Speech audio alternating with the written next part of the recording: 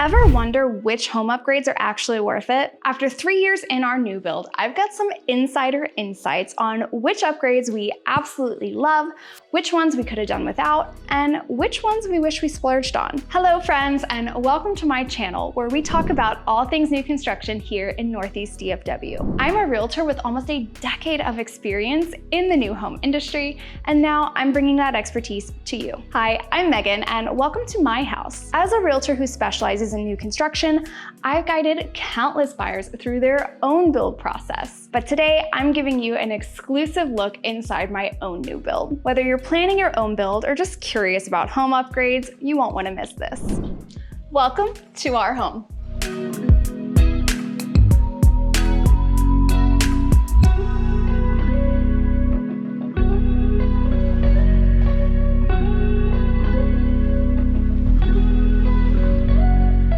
Our home was built by Pacesetter Homes in 2021, so not everything that you see here will still be offered by the builder. Our home is the Capel floor plan, which is just over 1,900 square feet and is a 3-bedroom, 2-bath, plus a study and a 3-car tandem style garage. Now, we're gonna start at the front of the home, which has a pretty typical layout for these new construction plans. We've got 2 secondary bedrooms and the hall bath. So we have these set up as my husband's home office and hangout space. So he spends a lot of time in here. And then this next room, you guys will recognize if you are a subscriber to the channel, which by the way, if you're not, what are you waiting for? But this is my home office. You always see this part behind me, but I also have my desk set up and my little sewing hobby area as well. Coming back out, we've got our hall bath, and I know this is a weird room to have as a favorite room in the house, but it's one of the first ones that we put some time into. We actually went pretty much all standard features in here when it comes to light fixtures and plumbing fixtures, and then swapped them out after we moved in, which is something that I always recommend to people, because then you're able to pick out exactly what you want. You don't have to depend on whatever's in the builder's catalog. And it's a really, really simple DIY upgrade that most homeowners can do themselves. We also added this whole home cabinet hardware, which you'll see in the kitchen. And one upgrade that we did in here that I always recommend to people is we added the window here in the shower. Any opportunity to bring in some natural light, especially to a small room that can be very dark, is one that you should take. Another thing that I love about this floor plan is this really wide entryway. If you've seen some of my other model tours, you've heard me talk about that, but it just feels very open and grand when you come in the front door. This way, we've got our garage and our laundry room. My Mantua tour. I talked about how mudrooms are cool in concept, but often end up looking just kind of messy when you have all of your everyday stuff out. I would love to have kind of an antique armoire here eventually, but you know, home is a work in progress. So because we use the front 2 bedrooms as our offices, the study of the floor plan, we actually have set up as a home gym. And again, we went really standard in all of these spaces because we knew that we could do upgrades after. So like swapping out the light fixture, painting accent walls, that stuff that's all very easy to do, right? Coming into another favorite space of mine, and that is our family room. So we actually did all of this after closing. When we moved in, it was just a blank wall. We did have the builder add pre-wiring for the 2 sconces, which if that's an option that's available and you know that you're gonna wanna put sconces in a specific location later, then definitely have the builder do it during construction, because it's much more affordable to throw some wires in there before the sheetrock goes up. Yeah, we did the built-in cabinets, the floating shelves, this bump out we put in, and then added the electric fireplace and surround. So I know I've had a lot of home buyers that have said that a fireplace is a must-have for them. And especially if you're looking at a quick move-in home, you may or may not have one that's in the perfect floor plan, and that's the one thing that's making the home not perfect, but this is something that you can do after if you don't mind it just being electric instead of gas or wood burning. I personally prefer the electric because I like to put it on all the time just for the ambiance. All right, here in the kitchen, we're coming up to one of the regrets that we have as far as which upgrades we added in. And that would be not doing a deluxe kitchen. So if you're unfamiliar, a deluxe kitchen, or builders have different names for it, what it basically is having the oven and microwave built in off to the side, and then having a smaller vent hood and cabinetry underneath the built-in cooktop. When we built, I was like, you know, we don't need that fancy feature. It was another few $1,000s extra. This was still a nice upgrade from what we had in apartments. It's still built in, it's gas, it looks nice. However, as far as functionality goes, when you have tall pots, it's almost impossible to stir with this. This tends to get hot when you're cooking, and we can't always use the microwave if we've got a lot of burners on here because it gets too hot to use. And if we also have the oven on at the same time, there's a lot of hot air that comes out and hits your feet. So it's really uncomfortable in the summer to be standing here cooking, having your feet baking as well.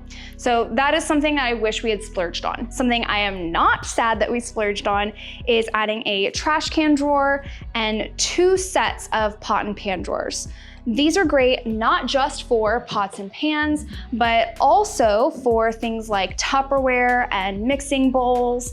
It's really, really useful storage, unlike regular storage where you have a little half shelf in the back and it's really hard to get into the stuff that you have stored down there. Everything here is full extension. It just pulls all the way out. There's nothing hidden. It's awesome. I always recommend putting as many of these as you can into your floor plan, if you have the choice. I also am really glad that we did a single bowl sink. You know, I love a single bowl sink. I will never go back to the double sink ever again. But also in here, we did go with a standard faucet and standard light fixtures.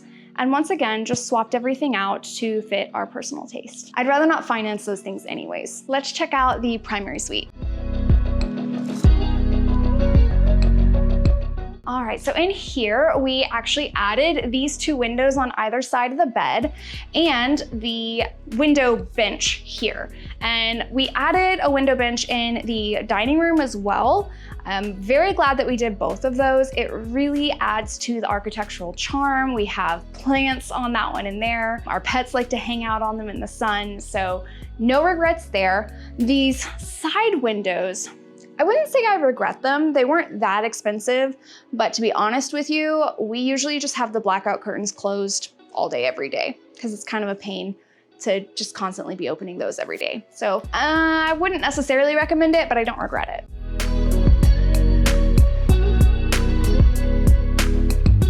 Coming into the main bathroom, we haven't done a ton in here. Actually just swapped out the vanity lights, and that's pretty much it. We did upgrade with the builder to a tub. That was my husband's one thing in the house that it was on his must-have list. We did do a little bit of a DIY window here, which the paint, the black paint, has held up really well. The lines are electrical tape, which I stretched as I was putting on so that it would be straight, but then it kind of shrunk. So that's something I just haven't gotten around to redoing to make look better yet. No one sees it but us. In the shower, I do wish that we had had the option to have a larger shower. It wasn't an option on this plan when you have the tub as well, but if we had had the larger shower, we would have been able to do a built-in bench, which is something that I recommend. I've had a lot of new home buyers especially not see the value in it because they're like, oh, I'm not really gonna sit while I take showers. But that's not why I want one.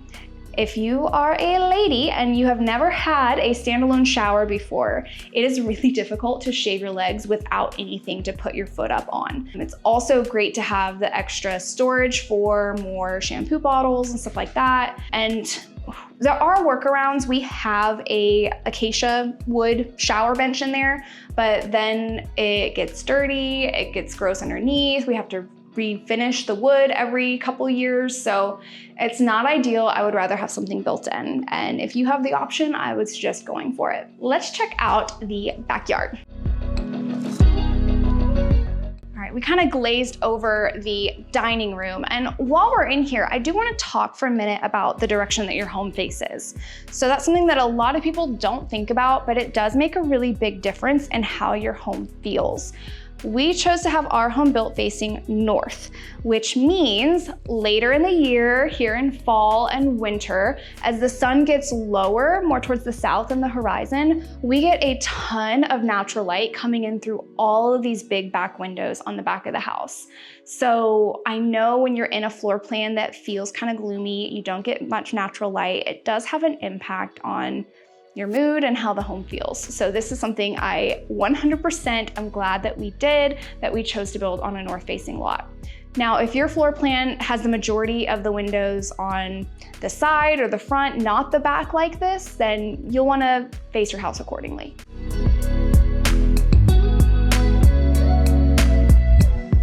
All right, out here, we actually added on the screened-in porch. And that's something that I really loved about this particular porch layout. Because it has walls on all three sides, it was really easy to screen this in. It's blocked from the wind. I love sitting out here when it rains. It's very cozy. It's a nice spot to have tea in the morning. And another thing that we did out here is the patio extension. So this floor plan actually had an option to do a over $7,000 wraparound covered porch, which for us, we actually wanted to do no carpet in the entire home. I don't know if you noticed, but we have the hardwoods throughout everywhere, including the bedrooms. And it was a similar price to do that versus doing the wraparound patio. So for us, it was more important to have no carpet inside for our allergies, we have pets, than it was to get even more covered patio space. So you just always want to be thinking about what those priorities are for you and making your decisions accordingly. So that's the tour. Hopefully you enjoyed peeking into my world a little bit. I've had a lot of fun making this place into a home over the last few years. And if you're looking for a place to call home here in the Dallas area, I'd love to be the one to help. Let's have a conversation about your home buying goals. There is a Calendly link in the description below for you to claim your free 30-minute Zoom consultation. I'd love to be in your corner, but I can't help if you don't reach out. And if you're interested in model home tours, check out this playlist. Thanks so much for watching, and I'll catch you next time.